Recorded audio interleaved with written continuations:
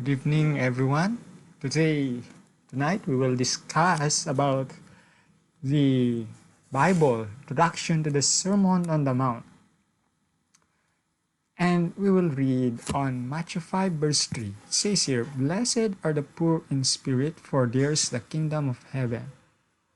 Blessed are those who mourn, for they will be comforted. Blessed are the meek, for they will inherit the earth." You see these three verses. Starting in verse 3, it is very necessary when you want to go to heaven that you have a humble spirit, you have a poor in spirit, and also this blessed are those who mourn, for they will be comforted. You see, as David Asscherick mentioned on his feature about how to approach that, you will hear about a sermon that it is needed to become humble. You see here? Let's listen to what David Asscherick. Opportunity. GC session is coming up this summer, June or July sometime. It must be June.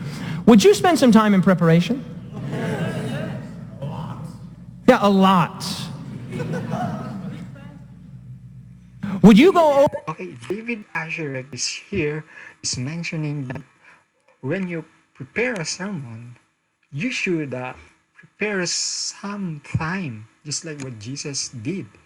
Jesus only preached when he's 12 years old, he's 30 years old, and the length of span preparing for his first sermon, the Beatitudes, were all about 130 years, and that's great. Let's further listen. Over your sermon? Would you go over it again and again? Would you be sure that you had all your text right, all of your illustrations? Would you prepare, yes or no? Beloved, Jesus prepared the Sermon on the Mount for 20 years. He's sawing.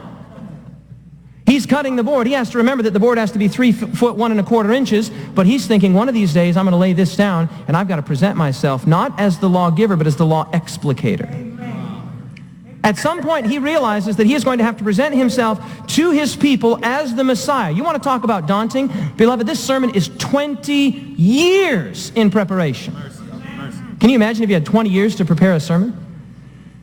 Now, let's continue to say... David is mentioning here that Jesus Christ prepared 20 years before he spoke his first sermon. That's incredibly very excellent idea.